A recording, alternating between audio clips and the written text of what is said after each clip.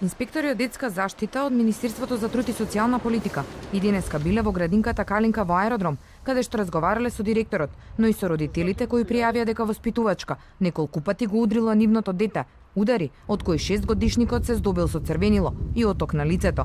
И инспекторите ги забележале трагите од повреда на лицето на детето, но засега, како што велат од Министерството, нема сведок кој може да ги потврди наводите.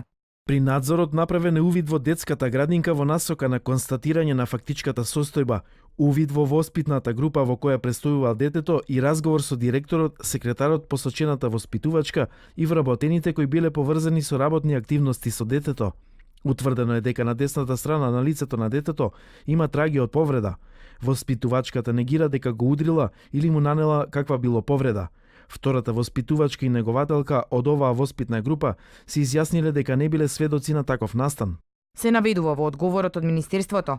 Оттаму додаваат дека директорот на градинката ќе добие задолженија за целосно и правилно утврдување на настанатата состојба, доколку тврдењата на детето се потврдат, на воспитувачката ќе биде одземена лиценцата, велат од Министерството.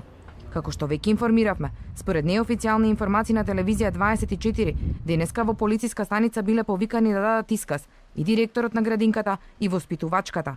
Таа и в полиција ги негирала тврдењата на детето, велат нашите извори. Директорот Јоаким Димулков потврдува дека бил во полициска станица и додава дека очекува понатамошни насоки од Министерството за труд и од полицијата. Според нашите извори, во текот на наредните денови, полицијата ќе разговара и со други вработени во градинката. Во пријавата која влезе во полицискиот билтен, наведено е дека пред 3 дена, кога мајката го земала својот син, забележала црвени траги на лицето, кој детето рекло дека му се одудари од воспитувачката. Со потврда од здравствена установа и по совет на директорот, случајот веднаш бил пријавен во полиција.